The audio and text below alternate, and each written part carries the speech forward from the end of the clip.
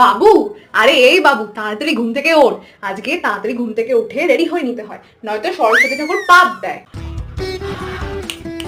আরে মা, পুজো তো সেই 11টার সময়, আমি 7টার সময় উঠে কি করবো বলো তো?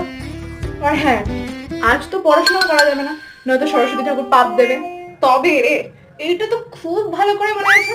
এনে হলুদ, ভালো করে হলুদ মেখে চান করবি, বুঝলি? আহ আহ উফ, বাপরে বাপ, ওইসব হলুদ টলুদ আমি লাগাতে পারবো না, পুরো জন্ডিস পেশেন্টের মতো লাগে দেখতে। আমি ইউটিউব দেখে একটা DIY প্যাক রেডি করেছি, ওটা লাগাবো মুখে। যা খুশি কর, ভাল লাগে না আমার আর। আরে ও মা, বলছি কোন শাড়িটা পরবো বলো তো?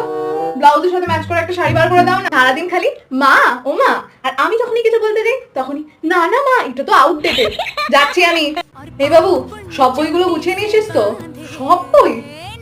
সব বই আমার দিয়ে দেয়, একটা বই দিলেই তো হয়ে যায়। যেই বইটা দিবি না সেই সাবজেক্টেই ফেল করি। এবার তুই ভেবে নে তুই কি করবি।